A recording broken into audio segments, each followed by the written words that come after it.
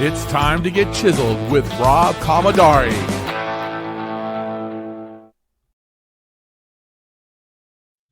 Hello, everybody, and welcome back to Chiseled. And why do we call it Chiseled? Because we're all a work in progress. I'm your host. I'm Rob Commodari. I'm also the author of the book, Better Than You Think and Next Level Your Life, and just included Network Effect.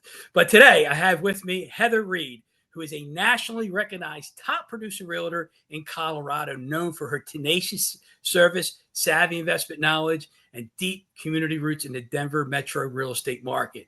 Now, growing up in Parker and Castle Rock, Heather has a history in the community, giving her a seasoned perspective of market trends, neighborhood growth, and real estate investment opportunities. So we're going to talk about being a realtor. We're going to talk about what she does, advantage in investment properties and rental properties.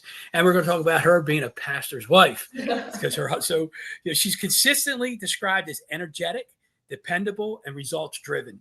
Whether she's helping a young couple or young couples purchase their first home or guiding seasoned investors through multi-property portfolios, Heather brings clarity, creativity, and heart to the process.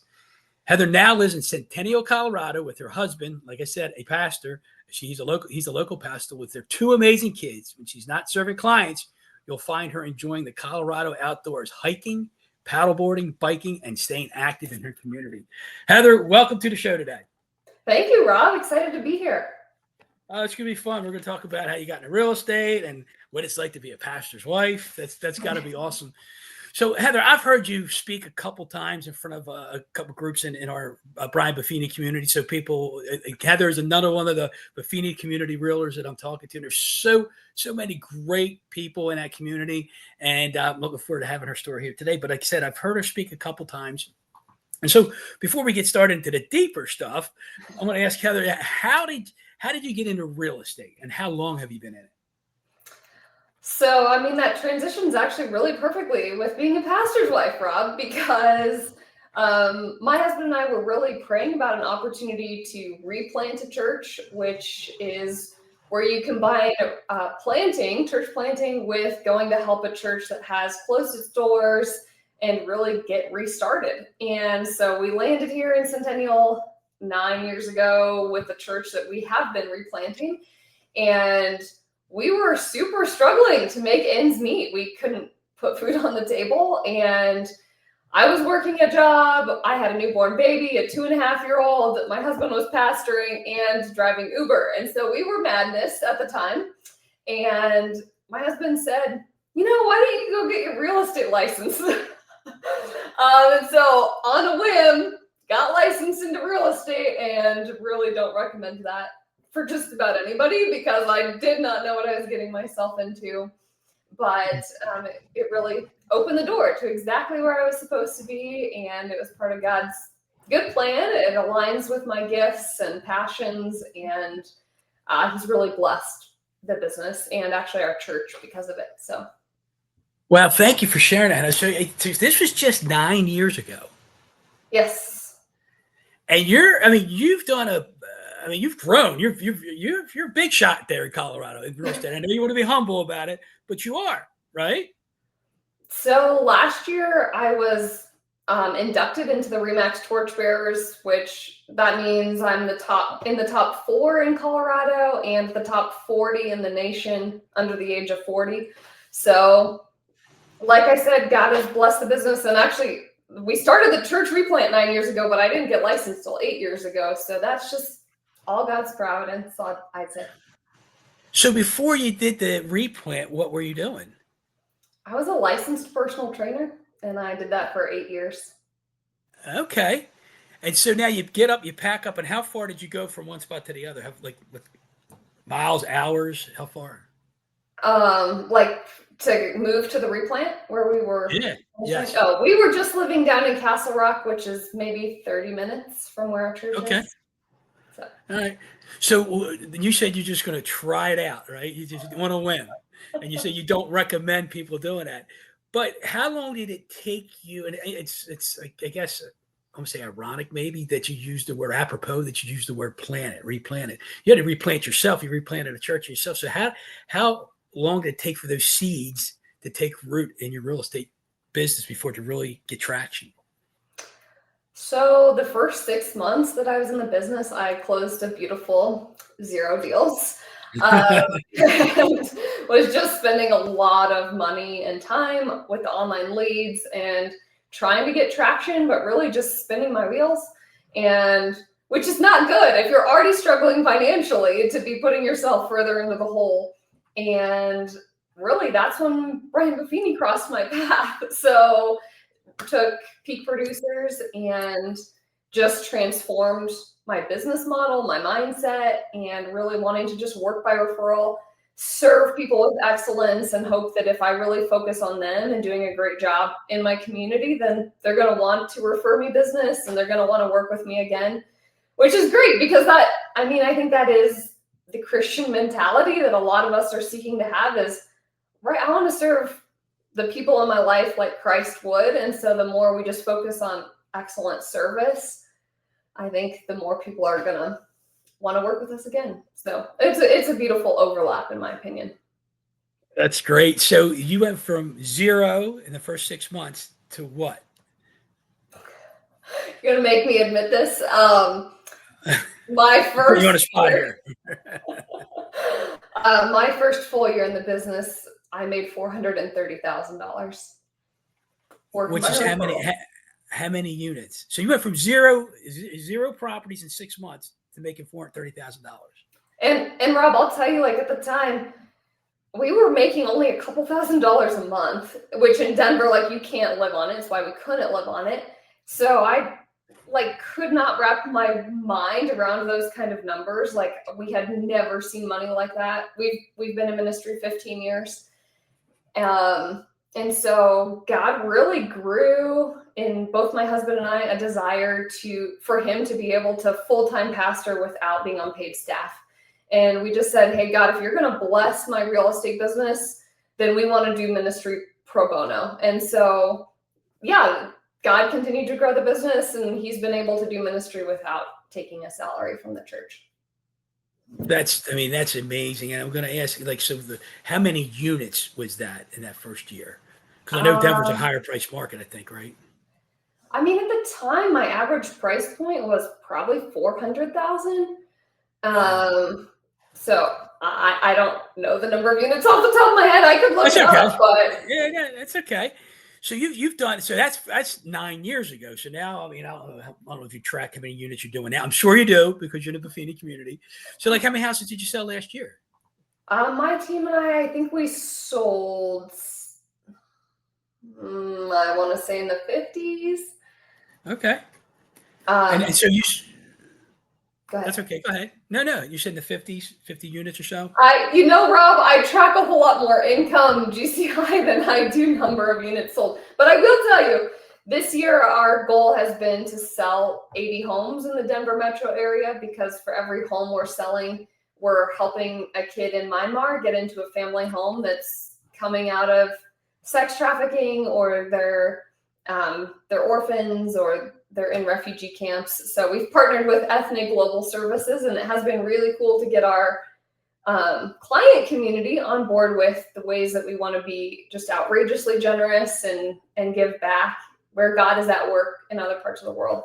So how does that work? So you're part of that or organization that you're helping out. Is it just a percentage or piece of every sale goes to them, or are you actively involved working with them? So it is a flat amount. The Ethne has let us know, about this amount will help one kid get into one of our family homes. So their model is actually they establish a home with a church plant that's going on over there. So it's in a faith community, and there's a house mom who really mothers the kids. It's not like being brought into an orphanage, and they don't age out. So they give them education and then real life training and skills so that they can go out and then be contributing members. And one of the cool things is this year, I just have to tell you this story.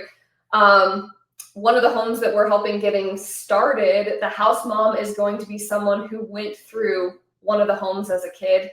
Now she's married, has her own kids, and is going to become a house mom. So it's just so cool to see full cycle people still involved in the community over there.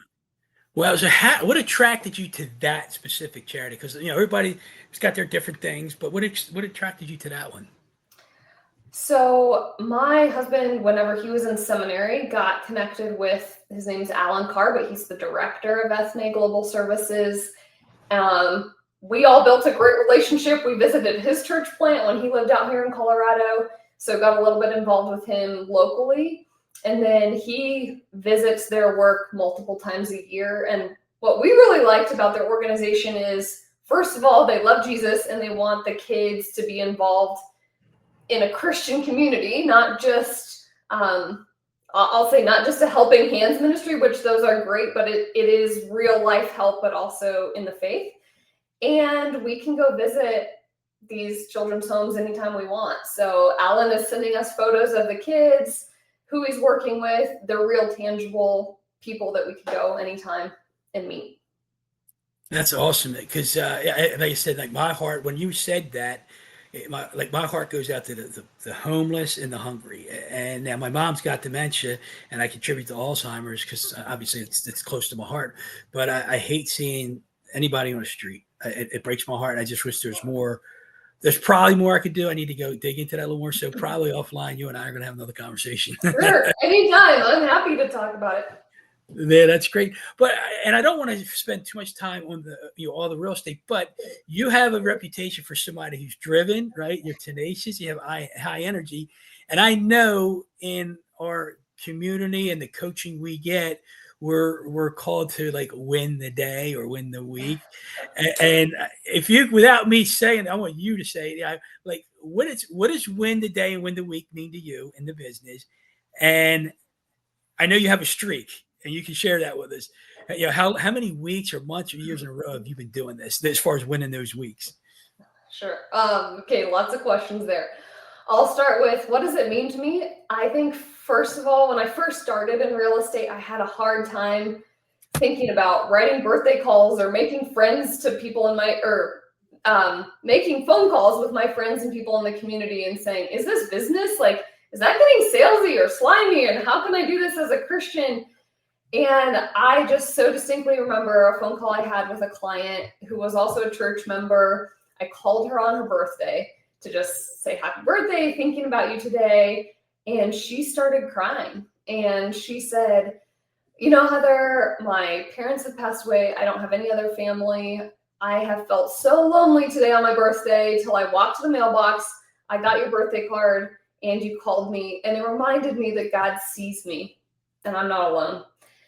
And to me, that it changed my thinking that, yes, this is business. And I did end up selling their townhouse for them when they moved. But it is so much bigger than that. It is being intentional in the way that we're living and loving on people.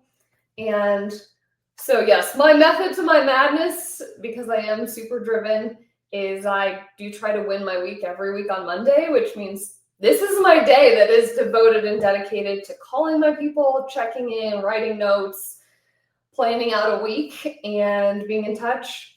And I've been doing that it's been almost 500 weeks, I think. So 500 weeks in a row. That's for something. I could look up the exact number. I have lost track. So you've been in the business 9+ years. That's almost the whole time. Yeah. Right? Because I'm telling you, Rob, once I learned the system and got taught in the Buffini way, like I've been on it and haven't stopped. So like we're coached to do, win each day, but you just take it as I'm going to win the week and I'm going to win it on Monday. Is that what I'm hearing? Yes. And really the reason that I do that is, so my energy is finite. And I know there's a lot of perpetuals out there, but if I can just sit down and be very focused and disciplined for a chunk of hours at a time, I can accomplish so much, and I only have to start once. If I try to break that up throughout the week, I have to start that energy momentum every day. And I know that if I win it on Monday, I can focus the rest of my week taking appointments, getting in front of people, meeting up face-to-face, and my business will be stable even when business is crazy or really low. Because I know that every week I am prioritized working on my business, not just in my business. Like on that Monday, what's your goal? Like how many calls do you make? How many notes do you write on that Monday? Yeah, my weekly call goal is, I think, 32 calls, maybe 10 pop-bys and 10 notes. But again, I kind of batch all my activities. So once a month, I'm writing all of my handwritten notes in one sitting and then mailing them throughout the month. And then I'm doing all of my pop-bys at once. So I just plan out a nice big day where I'm going to go see my people. I text everyone ahead of time, and then I stop by with gifts. So I'm really trying to harness the energy of one really good productive day where I know my business will continue to succeed. And that's about like the discipline, right? So there's discipline in a business and there's discipline in life. So what does discipline mean to you? Consistency and, well, I forget what that quote is, but faithfulness in one direction over a long period of time. That's, just keeping after it, no matter how you feel. And sometimes you have good days and bad days, and you're keeping after it. So, and it doesn't mean I don't take vacation. So I want to let you in on a secret before everyone thinks I'm just mad and never take time off. But one of my first coaches I worked with said, hey, you can take vacations and take time off and not lose your win a week streak. You can track forward. If you do extra action items this week, track them for next week. So last summer, actually, we took a 7-week sabbatical, and I completely unplugged from business, and my business went on because I worked really, really hard at the beginning of the year to do extra proactive activities. Now it went on, and it's I shouldn't say survived. I guess it excelled because you have a team, right? You said you had a team. I do. And what's that team look like? So right now there's only 3 of us agents actively looking for one more person because we have a lot of referrals coming in, Rob, that we would love to continue to serve with excellence. And then we have a few administrative staff. Okay. So take me back to that beginning. Okay. You said you did it making $2,000 a month. Your husband was doing Uber and you were doing 0 deals in the first 6 months. I know you're a faith-filled person. What was the conversations in your mind with yourself and with God? Okay, so I'm also a #1 Olympian, so I really like to win. And actually, my managing broker at the time puts out a challenge every year that if you will win your week for an entire year, and he is your accountability, if you don't make $250,000 that year, he'll pay your office bills for the next year.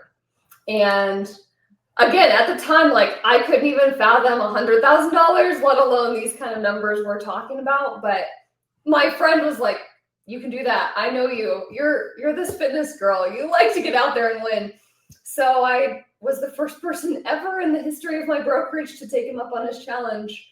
And yes, then the results. So that's how it all got started. Was I want to prove that I can do this for a year. And I thought, well, if I don't make $250, I get my office bills paid for, so that's good. And if I do, then that's more money than I've ever known in my life. So right, that's the tenacity in you, right? Now what about, like, were you like, God, you're scared to death, or did you totally have faith in God that he was going to pull you through this? Or were you like, hey, what if this doesn't happen, God? What are we going to do? What was that like kind of conversation going on, if there was any? I mean, obviously there's lots of prayers happening over my business all the time. Just asking for God's provision and faithfulness. And I think the thing that a lot of us forget is we might be really good at praying and really bad at being uncomfortable. And what I mean by that is it's like, hey, we got to get out of our own heads and just do something sometimes. And a lot of times, like, steps of faith are very uncomfortable because we haven't walked that path before. But isn't that what faith is? Like, we can't depend upon our own experiences and knowledge and history. We have to step out into something that's maybe a little scary or unknown and just trust God in that. So yeah, that's great. So I'm going to talk about that a little bit in a second here, but we're going to take a quick break and we're going to come back and we are going to talk about what's it like to be a pastor's wife and how you bring that into your business community. Chiseled is presented by the Commodari Group of eXp Realty, led by your host, Rob Commodari. Are you planning to buy or sell? We know the process can feel stressful and frustrating. That's why Rob and his team focus on providing a personal touch and the best service and guidance during your transaction. The Commodari Group are top-tier professionals who deliver spectacular customer service. They provide expert advice on accurately pricing your home and making the entire process smooth and seamless. They simply get it done. Here's the connection to Chiseled. Many of the amazing guests you hear on this podcast are part of Rob's extended referral network. While the Commodari Group serves the Baltimore area, Rob can connect you with superb representatives across North America. Clients rely on this network because Rob actually cares about you and your family, treating your experience as if it was his own. Don't settle for less than the best. If you need a trustworthy and knowledgeable agent locally or across North America, Rob is the guy to call. Contact the Commodari Group of eXp Realty today. Call 410-817-7050 or email Rob directly, rob@talktorob.com.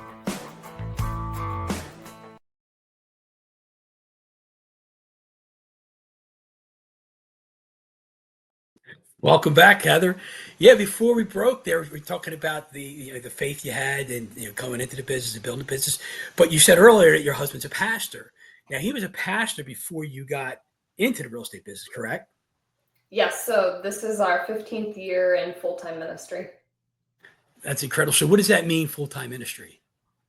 He was a youth pastor before replanting pastor, and then after youth pastor, well, I guess backing up, we did missions in Turkey, then he was a youth pastor, then we interned at a residency program to become a replanting pastor, and then replanting after that. So 15 years total full-time.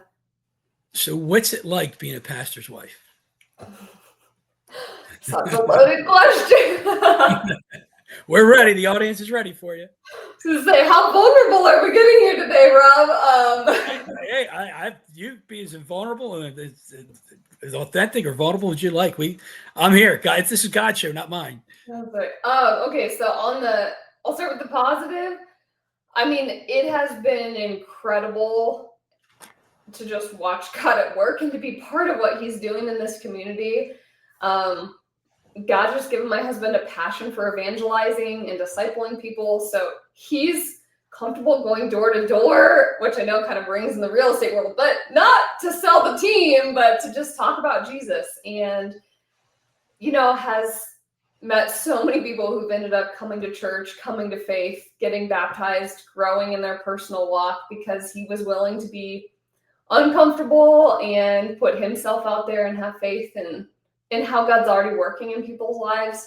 So I think as a pastor's wife, I get a front row seat to all of that.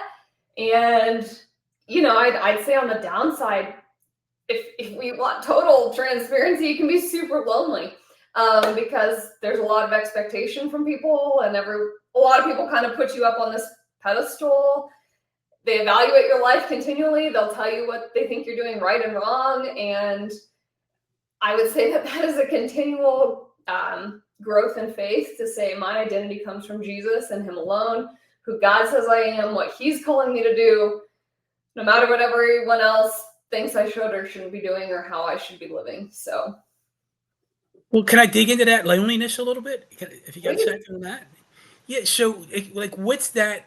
Is it because other people don't want to give God as much credit or as much attention, and they think maybe you're doing it too much? What is that? Talk to me a little bit about that loneliness piece. Because you want to do it, nobody else does.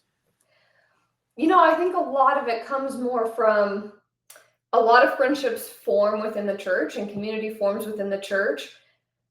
And they think oh, I don't want to invite my pastor and his wife to that. Either they think we're too busy or they don't want to be their real selves or whatever it is, so gathering of women might happen and there's a party and I know about it. It's all over social media, but I'm the only one not invited. So there can definitely be some loneliness that comes along with it. And just you're living your life very vulnerably all the time. It is on display for people all around you. Yeah, thank you for sharing that, because I mean that's being vulnerable, and like they say, it's lonely at the top, and I mean, I know that's a figure of speech in the business side and in the motivational side, but you're going down a path where you believe that God's asked you to go, and not everybody wants to take that path, and it can get lonely. Sometimes I'm like, who can I talk to about this, right? And I know anybody in our community, for the most part, we can talk about this stuff. So it's part that. Is it part like you feel like you're being criticized, or you're being looked at, everything you do, everything you say? Oh, there's always that. And you can never win, right, Rob? If I'm living to please people, that is a losing battle, because there'll be people who criticize me for being a working mom, and I'm like, do you understand that this is how my husband pastors here? He couldn't do it if we didn't have an income. Criticize for really anything and everything. Every decision you make is under the microscope, so you can't live to please people. I mean, I'm one of those people who's always worried about, growing up, I was always worried about what other people think. I'm going to do this because they're going to think that. And I can't sit there and say I've 100% gotten over that, because I still struggle with it at times. But the one thing I have learned about that loneliness piece, or missing out piece, because it was like, we always talk about FOMO, the fear of missing out. Yeah. A friend of mine brought this other acronym to me. It's called JOMO, missing out. Yeah. Missing out. It's but I get that feeling. I totally understand that. So now, how have you brought that ministry, like your husband's pastoring, you being a pastor, right? Because you're ministering too. Would you agree with that? Yes. How do you bring that into the real estate business? Or do you bring it in at all? Okay. So, yes, there's so much overlap, and a lot of it has to do with the story that I shared earlier of just seeing all of life as ministry, including business, and not trying to differentiate when am I loving people and when is it business. It's all loving people.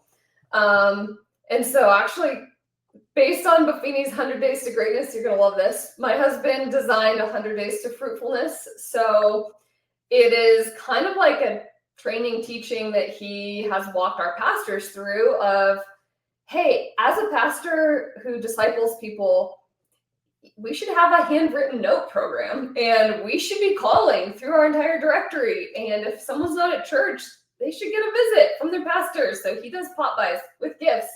And he does that on the evangelism side too. So how are we going to grow our community and our network? He doesn't cook or bake, but I have taught him how to make one recipe. He can make chocolate chip cookies that are my grandmother's recipe. And he will make like dozens of cookies, package them, and then like go door to door and say, hey, I'm a pastor right down the road. Is there anything I can pray for you today? And so I would say there is so much overlap between what we do in business and ministry, and the principles are the same. When he's doing the giving out the chocolate chips and doing his Popeye there, does he, forgive me, I just got to get this out. Does he ever say, hey, oh, by the way, my wife's a realtor? No, don't want people to think he's selling anything except loving them and loving Jesus. There you go. So it's got to be tough, because what I heard you say is he doesn't cook, or you told him how to make cookies. So to me, that means you're running a real estate business. You're the pastor's wife, and you're I'm assuming you're doing the cooking. Yeah. So you got a lot going on there, and so we go back to that discipline work. So it sounds like you got to be really disciplined. You're raising 2 kids, right? Yes. So like, how structured are you? Incredibly disciplined and structured. So my day typically starts between 3:30 and 4 in the morning, so that I get my prayer, gratitude journaling, scripture reading time. I get to the gym, and then get home so that I'm here when my kids wake up, and I'm mom on for breakfast and getting out the door for school, and then starting work by about 7:30 in the morning, so that then I can be off by the time they get home from school. And again, present mom involved in their lives. That's incredible. And I got to ask, what time do you get to bed then? Typically between 8 and 9. Otherwise, would be a grouchy mom. Okay, well, you're getting 6.5, 7 hours sleep. That's good. That's good. It's good to hear. But it's got to, I mean, you're so structured, so disciplined. And I think there's got to be a level of faith, and correct me if I'm wrong, there's got to be a level of faith to say, okay, in this structure, in this time, I'm realtor, and this time I'm home, I'm mom, I'm parent, I'm wife. And is it hard to shut that off? It used to be really hard because I carried a lot of guilt of either if I'm working, I feel guilt that I'm not being mom. If I'm being mom, I feel guilt that I'm not working on my business. And that's, I think, when my coach really helped me with, I call it more like time blocking or like stacking, I think is a really good term if you've ever read 10x is easier than 2x. So if you stack the similar activities and disciplines together, it leaves you a lot more freedom for creativity and recovery and rest. So I don't want you to think I work all the time. I take so much time off, but it's because I'm very strategic in the time that I'm working, so that when I'm not working, I set really great expectations with my clients on my business hours and my days off, and they actually respect that and they treat me like a professional. So That's incredible. It's what's your favorite part about this real estate business? okay, you're gonna laugh at this. I love to win, and for me, what that means, I know you weren't expecting that, were you? Here's what it means. It doesn't surprise me, though. It doesn't surprise me. For my first-time home buyer, like for me, a win is the joy of them seeing their dream come to fruition.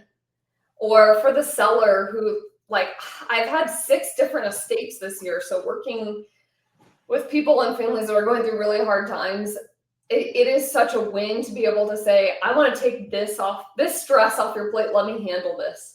Let me help you navigate the sale.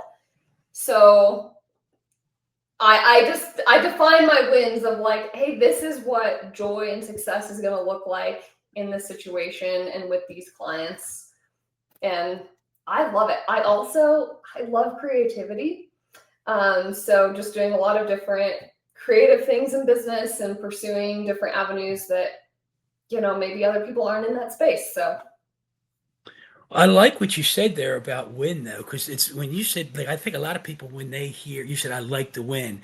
And when I'm putting words in other people's and thoughts in other people's minds, I think when you hear win, somebody has to lose. Right. And what I heard you just say, winning is getting somebody to the finish line. Winning is having them feel the joy of whatever the experience they're having. Winning is solving that problem or answering questions. It's not about beating somebody else. And I don't know. I'm sitting here thinking, I don't know if I've ever heard it put that way. I think that's phenomenal. You need to share that a little more with people, because I think that hit me. That hit me. So thanks for sharing that. absolutely.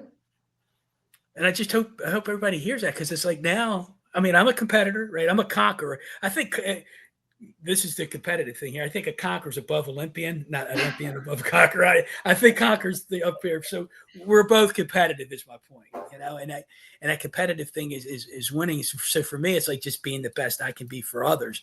But I just totally love how you did that. And if I could just take one step back here about how structured you are and how you take your time off, and you just believe, you just have this belief and faith in knowing that God's going to take care of everything. Is that right? Yes, and I think it's really easy for us to feel like I have to control everything. Otherwise, it's all going to fall apart. And one of my coaches, who's also a believer, structured into my business week, we call it a time of grace. And I still practice it. And it is time to remember that I am a recipient of God's grace. And I am the created. He is the creator. He holds it all in his hands, and I just have open hands. And especially maybe in real estate, but probably in every profession, I think we just feel like, wow, I have to take control of everything and I have to solve it all. And I have found there's so much more freedom in the letting go.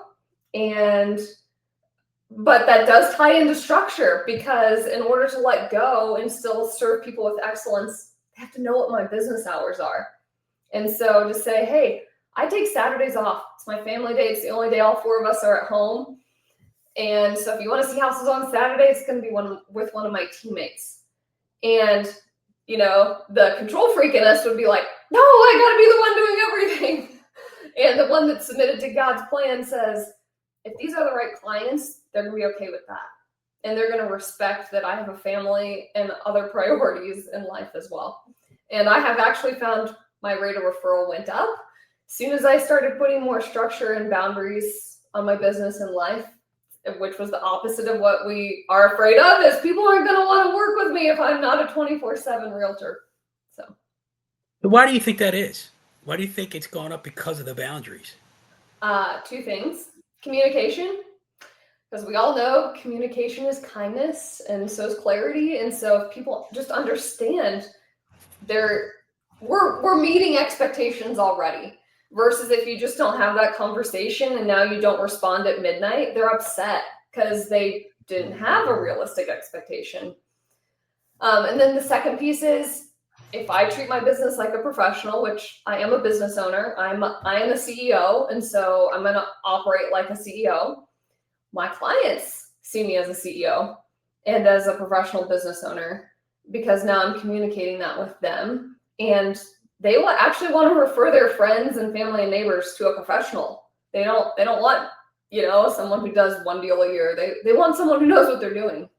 So yeah, I was kind of hoping you'd go down that professional road as well, but I shouldn't say but, and you did say communication is kindness. To me, that was a drop the mic statement right there. I mean, and because you said if you're not communicating, they don't know the expectations, they don't know the boundaries. And I think sometimes we're afraid to communicate boundaries, and we may lose respect when we don't do that. Exactly. Take me back to the time of grace. I know you explained like what you do, but what does it mean to give yourself grace and to receive God's grace? So I'll just take you back a few years in 2021, 2022. I know it was a challenging time in real estate for a lot of us. We were doing more business than we could hardly keep straight. And my coach asked me one day, as I was like feeling so burnt out, she's like, "What are you doing for you?" I was like, "What do you mean? I'm a pastor's wife, I'm a mom of 2 kids, and I'm running a business that's doing multi-million dollars in volume." And she said, "Heather, if you can't receive God's grace in your life and realize that you need to be refreshed too, like you're going to burn out of all your roles, your marriage, your motherhood, and being a business owner." So like, it was so hard for me. I remember that first time where I blocked time into my schedule. It was like only 1 hour where I'm like, I'm going to do something just for me. And now that has evolved to a couple times a week now on average, where it is just time where I'm away from my phone. And however that looks for that week, I'm receiving God's grace, remembering that I don't have to have it all in control, and I need to be refreshed too. Otherwise my soul's empty. And I can't give out of an empty cup. So to fill your cup, you give yourself grace and you have your morning routine. Is that correct? Yeah. Wow, that's awesome. It's powerful. I'm sitting here like I'm taking notes, one, to ask questions, but also two, to learn myself here. So I appreciate everything you're doing here. What's it like with like bringing this? Is the team, they have the same kind of beliefs? I imagine you're hiring the same people along the same lines you believe, but do you bring this to the office with the team? Absolutely. So everything we're talking about today, I mean, that's like step one. That is foundational culture in our team. So I don't know if you've ever read Patrick Lencioni's book, The Advantage, but no, not that one. Oh, okay. That's probably my favorite book of his, actually. But it is, how do you have an advantage in the marketplace? How do you stand out from your competitors? And kind of block one is, you have to know with clarity what is your culture, your mission, your vision, and your values. And then how do you communicate that to your team, first of all? Because if your team doesn't live it and believe it, then it's not going to trickle down to the clients and into the business. So, yeah. Wow. I'm taking good news for me. I'm being selfish right now.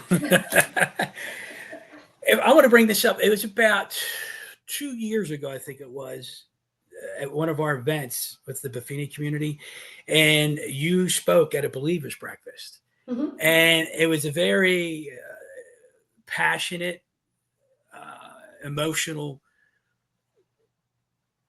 request, I think, to ask for prayers for all the pastors in the world, all the preachers, all those who evangelize. Can we talk a little bit about that, if you don't mind? Sure. Yeah. Let's go there. Yeah, go. I want to go there because I remember that, and you were emotional when you were talking about it. Talk to me more about that. What's going on there? Because I feel like there's more attacks going on more recently than before, and maybe it's always been that way. But can you tell us a little bit about that story?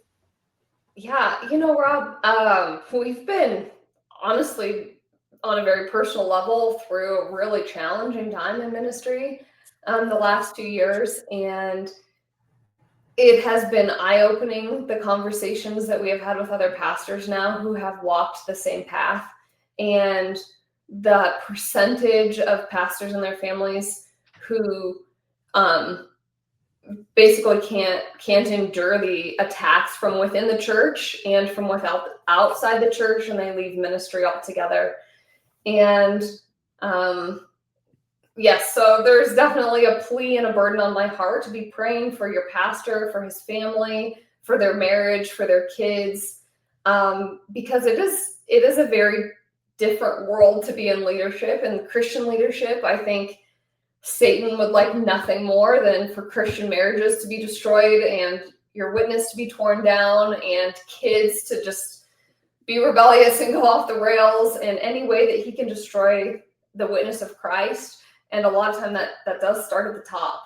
So your pastors and their families, I think, are under just a different level of probably hardship and temptation from the world and Satan to destroy Christ's witness. So it sounds like most of it, or more of it, comes from the spiritual side of it, the Satan side of it. Is that correct? Oh, I think it shows up in everyday life. Pretty. Okay. Mm-hmm. I'm thinking the attacks of the devil, and I'm thinking the attacks of people, which I guess is inspired by the devil. That would make sense, right? Yeah, that's where I'm getting at. Yeah, and I guess that goes back to people always looking over your shoulder, people criticizing you, so on and so forth. But it sounds like it's been more and more recently over the last 2 years that we have the endurance for the pastors and preachers has to be like up tenfold. I believe so. And I think that they need your support and your encouragement more than you know. I think it's easy to look at a pastor and be like, they've got it all together, or they don't. What's one word of encouragement going to mean? And let me tell you, your pastor's probably not being encouraged nearly as much as you think that they are. And they struggle with doubts and discouragements and dark seasons. And I think that they need to know that there's a community of people around them who love them and support them and who are going to walk with them. So interesting enough, I was going to ask this question. So aside from talking to each other about this stuff, I'm assuming they go to other pastors, preachers, and whatnot. So you said there's a community. Is it a local community? Is it a national community that you guys go to talk to when you're having these struggles, these temptations, and you're feeling the attacks? I'll tell you, my Buffini community has been amazing. I was just at the leadership believers breakfast maybe a week and a half ago, and Rob, I felt like my cup was full and the conference hadn't even started. And so I think there's that community. You can also find community within your church as long as there's safe people to have community with. And then for us, yes, of course, we're very connected with other local pastors and people across the country that we know. So that's amazing, man. Thank you so much for sharing what you're sharing today, and it's inspiring to me, and I hope it's inspiring to others. And the discipline, the faith, and the service that you provide, not just to your family but to others. So to put all this together, some people would be like totally like, there's no way I could do that. But I think you shared with your strength and your faith that it's doable. And oh, by the way, she took 7 weeks off. Right? Rob, it's the compound effect, by Darren Hardy. It is like, just start small, make one change, make one incremental change. Because I didn't learn all this and do all this overnight. It's been a growing process and continuing to be refined. And I know next year I'm going to have more I can share because God will continue to chisel my faith in my life. So, because we're all a work in progress, right? That's right. That's right. Hey, real quick before we leave, I want to go into one more thing here, and then we'll finish up. It's like, so you sent me out a video about people who maybe want to get out of real estate, and I think a succession plan. So you have I won't call it a course, or is it just a model for people to follow? I'll give you a chance to tout that real quick right now. Can you tell us a little bit about that? Thanks. Yeah, well, you asked me what some of my joys are, and one of the ways that I feel like I win is when I'm in a space where I don't see very many people in that space. I like the creative thinking. And as Brian has shared with our community so much, just the large percentage of real estate agents that are looking to exit over the next 5 years and don't anticipate being in our industry. And so over the last couple of years, my team and I have actually acquired 5 books of business and have progressively learned how to do it better and learned from the failures and the ones that weren't successful. And so I thought, hey, I don't hear very many people talking about this besides Brian, which he is talking about it. But from a practical boots on the ground perspective, how do I do this? Whether I'm the agent who's procuring the book or I'm ready to turn it over to someone, or I'm thinking in the next couple of years that might be me. So I put together just a 1-hour free training course, just sharing the first 3 steps, the basics of things to be thinking about, questions to ask, and how to be successful in that transition. It's interesting because when I talked about succession, to me, it was like it was one-sided. It's like people who are getting out. But you also said, hey, it's people that are building too, because if people get out, it's an opportunity for you to build. So it's a twofold process, a twofold model that you can build or you can get out and still be taken care of. So if somebody wanted to hear more about that, or if somebody wanted to get a hold of Heather Reed in Denver, Colorado for real estate purposes, how would they get a hold of you? Yeah, great question. You can visit our website, Reed, my last name, REED, estateteam.com, like real estate, but just take my last name, Reed Estate Team. You can send an email to office@Reed Estate Team. You can follow us on socials, Reed Estate Team, or also heather.reed.realtor. So that's awesome. But before I let you go, I got one more question. Yeah. How or where do you think God's going to be chiseling you in the future? Where does Heather need to be more chiseled? So what God is working on in my life right now is humility. And it has been a very challenging market in Denver, which is humbling to admit. I can typically read the market so well, make quick changes, pivots, know how to advise my clients, know where to be pricing listings. And price doesn't seem to be the problem right now. I have listings that are just sitting, and it is so painful walking through this process with my clients and not always having the answer. And so God is very deeply working on my humility and having to just say sometimes, I don't know what the best advice is right now, but I'm working hard for you. I'm walking this path with you. I want to get it figured out. And while for someone who likes to be the expert advisor, it's hard to sometimes say, I don't know. Yeah, I was going to say, how uncomfortable is that to be able to say that? It makes me want to swallow my tongue. But how does it make you feel? It might sound crazy even to ask you, does it make you feel empowered to say, I don't know? No, it doesn't make me feel empowered. It makes me say, okay, God, I'm really trusting you to take care of my clients and to take care of my family. We've had to pull some listings this year because the seller said, I can't lose any more equity. I need to rent it for a year, which of course affects my personal income and supporting my own family, but I want what's best for them and their decisions. And so it's actually been very beautiful walking in faith. And I've had a number of Christian clients in the last couple months who have said, Heather, we're walking this journey of faith too, and we're trusting God for his timing. And so a lot of conversations about faith recently. So I think it's a great thing to end on right now, because you just said you're walking in faith and it's beautiful. But in that whole process, walking in faith and being beautiful, there's challenges there, and you're walking through those challenges with your faith. That's right. Heather, man, I am so grateful for your time. I'm so grateful for your wisdom and everything you shared and your vulnerability. So thank you for being here today. And Thanks until a lot. next time, oh, God, thank you. And until next time, everybody, let's go get chiseled.